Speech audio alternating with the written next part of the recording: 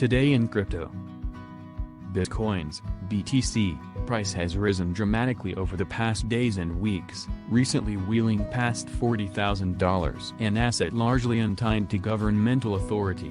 Bitcoin is a hedge against global uncertainty, according to venture capitalist and billionaire Chamath Palihapitiya. Citing a possible 5 or 10-year time horizon, Palihapitiya said he thinks Bitcoin will likely reach $200,000 at some point. The reason is because, every time you see all of this stuff happening, it just reminds you that wow, our leaders are not as trustworthy and reliable as they used to be, he told CNBC in an interview on Thursday. He added, continue reading on Cointelegraph Live, the decentralized streaming platform that Justin Sun purchased and migrated to Tron in December 2019, was used by several far-right extremists to livestream their insurrection in the United States Capitol building on Wednesday. The extremists were also able to raise donations during the broadcast, and the platform has been accused of allowing extremists to raise hundreds of thousands of dollars, mostly in cryptocurrency, since it was founded. Continue reading on Cointelegraph.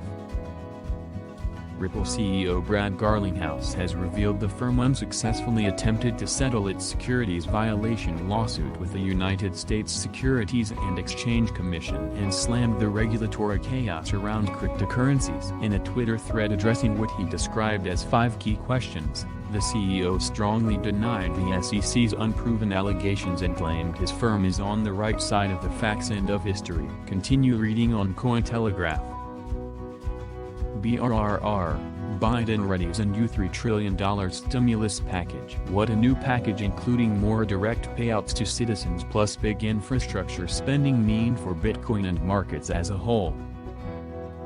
After watching protesters scale the walls of the Capitol building, the U.S. will likely not be in the mood for financial regulation in the next couple of weeks. Every Friday, Lottie Coded delivers analysis on the week's critical stories in the realms of policy, regulation and law. January takes its name from Janus, the god of transitions and the guardian or the gates of Rome, looking always forward and backwards. So while this has been going on for over 2 millennia, only a week into 2021 I am thoroughly tired of retrospectives and prognostications. My personal takeaways from 2020 were pretty existential. We are but sentient dust, life comes at you fast, man plans and God laughs etc. But while I grew more suspicious of the institution of prediction, I got a lot more diligent about flossing, so at least one resolution panned out. The past several weeks have been rich enough in crypto policy news that I don't feel much need to go into abstractions about the future,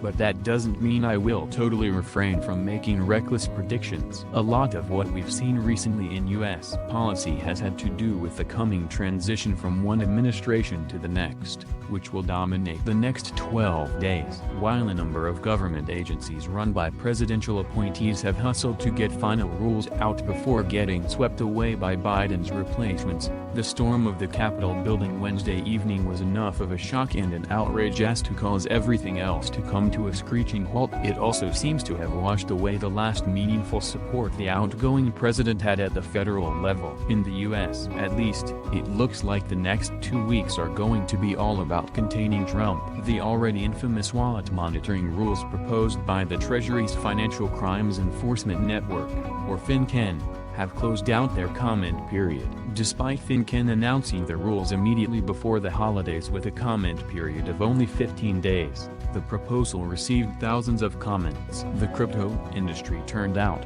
unanimously condemning the push to hide reporting requirements for crypto exchanges transacting with self-hosted wallets. Objections fell along a spectrum of concern over privacy, surveillance, lack of parity with cash, and the Treasury's questionable ability to secure its own data. A decent chunk of the crypto community finds the idea of the government knowing anything about financial transactions offensive and would likely support the wholesale repeal of the Bank Secrecy Act, another prediction. That's not going to happen. Others simply don't like the misbalance with cash. The new proposal would apply a $3,000 threshold to crypto, which is the benchmark for international transfer reporting requirements, rather than for a bank handling cash for a client. in which case the threshold is $10,000. The logic seems to be that it's impossible to know whether a self-hosted wallet is based in the US or abroad, so the Treasury wants that information if it passes the lower threshold. This week, FinCEN also asked to make foreign crypto accounts part of reporting requirements under the Bank Secrecy Act. Given the flood of thousands of comments, it seems unfathomable that the Treasury will succeed in getting these rules through before Mnuchin leaves with the Trump administration. Any resulting rules are likely to face challenges in courts on procedural grounds. The Treasury's Office of the Comptroller of the Currency has, in contrast with FinCEN, been a darling of the crypto community since former Coinbase legal chief Brian Brooks took over as acting controller in May. On Monday, the OCC put out a groundbreaking interpretive letter authorizing national banks to run nodes for distributed ledgers and use stablecoins to make payments. The decision is obviously a big deal for integrating crypto into the Goliaths of traditional financial infrastructure, but it remains to be seen how many national banks take up the challenge of actually doing it. Despite how popular such decisions are among the crypto world, Brooks has rubbed some folks the wrong way. State regulators have especially taken issue with his expansion of federal banking authority. On Tuesday, the attorneys general of 8 states and the District of Columbia filed suit against Brooks and the OCC over its recently enacted True Lending Rule.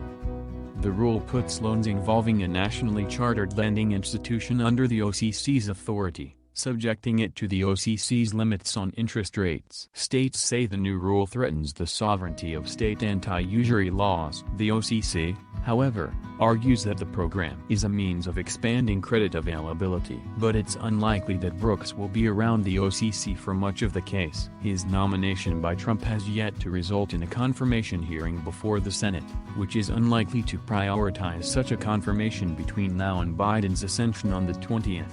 Despite what I wrote above about predictions, 'tis the season. Here's one. National protectionism in payments is going to grow into a more central national priority. Crypto will get swept up into this, especially given the push for central bank digital currencies and the rise in crypto analytics firms. As an example, the trade war between China and the US has been heavily focused on technology. Cointelegraph has written extensively on the role of CBDCs in the competition between the two countries, with China's digital yuan presenting the most realistic threat to the geopolitical dominance of the US dollar since the Second World War. Just this week, President Trump sent out an executive order blocking a roster of Chinese payment apps from operating in the states. It doesn't come into effect during Trump's administration, meaning it's unlikely to come into effect at all, but it's a gesture. Biden is unlikely to be as publicly bellicose in his dealings with China as Trump has been, but the threat China poses to the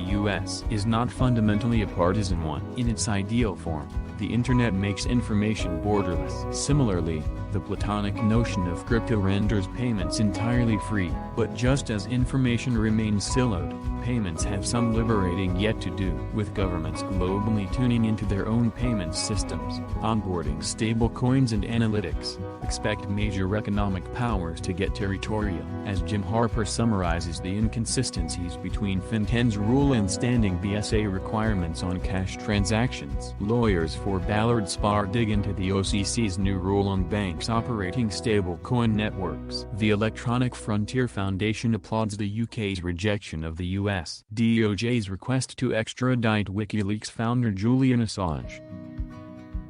Hit the like button and subscribe to the channel.